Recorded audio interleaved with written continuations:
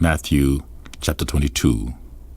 And Jesus answered and spake unto them again by parables, and said, The kingdom of heaven is like unto a certain king, which made a marriage for his son, and sent forth his servants to call them that were bidden to the wedding.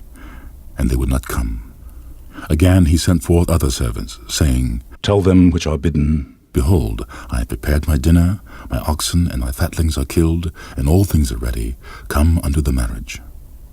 But they made light of it, and went their ways, one to his farm, another to his merchandise. And the remnant took his servants, and entreated them spitefully, and slew them.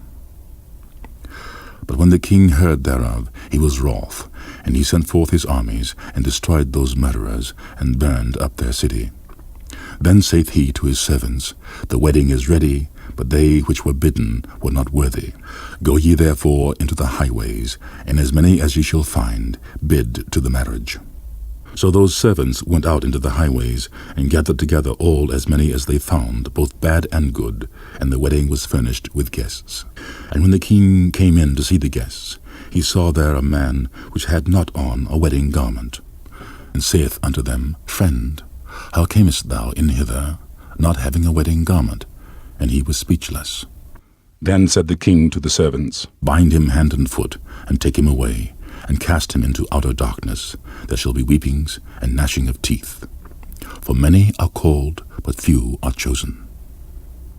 Then went the Pharisees, and took counsel how they might entangle him in his talk. And they sent out unto him their disciples with the Herodians, saying, Master, we know that thou art true, and teachest the way of God in truth. Neither carest thou for any man, for thou regardest not the person of men. Tell us therefore, what thinkest thou? Is it lawful to give tribute unto Caesar or not? But Jesus perceived their wickedness, and said, Why tempt ye me, ye hypocrites? Show me the tribute money. And they brought unto him a penny. And he saith unto them, Whose is this image and superscription? They say unto him, Caesar's. Then saith he unto them, Render therefore unto Caesar the things which are Caesar's, and unto God the things that are God's. When they had heard these words, they marveled, and left him, and went their way.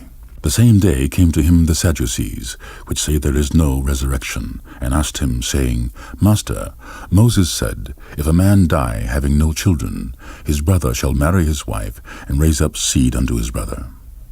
Now there were with us 7 brethren, and the first, when he had married a wife, deceased, and having no issue, left his wife unto his brother. Likewise the second also, and the third unto the 7th. And last of all, the woman died also. Therefore in the resurrection, whose wife shall she be of the 7? For they all had her. Jesus answered and said unto them, Ye do err, not knowing the Scriptures, nor the power of God. For in the resurrection they neither marry, nor are given in marriage, but are as the angels of God in heaven.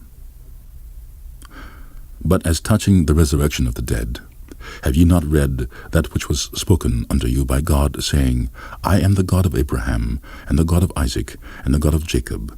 God is not the God of the dead, but of the living. And when the multitude heard this, they were astonished at his doctrine. But when the Pharisees had heard that he had put the Sadducees to silence, they were gathered together. Then one of them, which was a lawyer, asked him a question, tempting him, and saying, Master, which is the great commandment in the law? Jesus said unto him, Thou shalt love the Lord thy God with all thy heart, and with all thy soul, and with all thy mind. This is the first and great commandment. And the second is like unto it, Thou shalt love thy neighbor as thyself. On these 2 commandments hang all the law and the prophets. While the Pharisees were gathered together, Jesus asked them, saying, What think ye of Christ? Whose son is he? They say unto him, The son of David. He saith unto them, How then doth David in spirit call him Lord, saying, The Lord said unto my Lord, Sit thou on my right hand, till I make thine enemies thy footstool? If David then called him Lord, how is he his son? And no man was able to answer him a word, neither durst any man from that day forth ask him any more questions.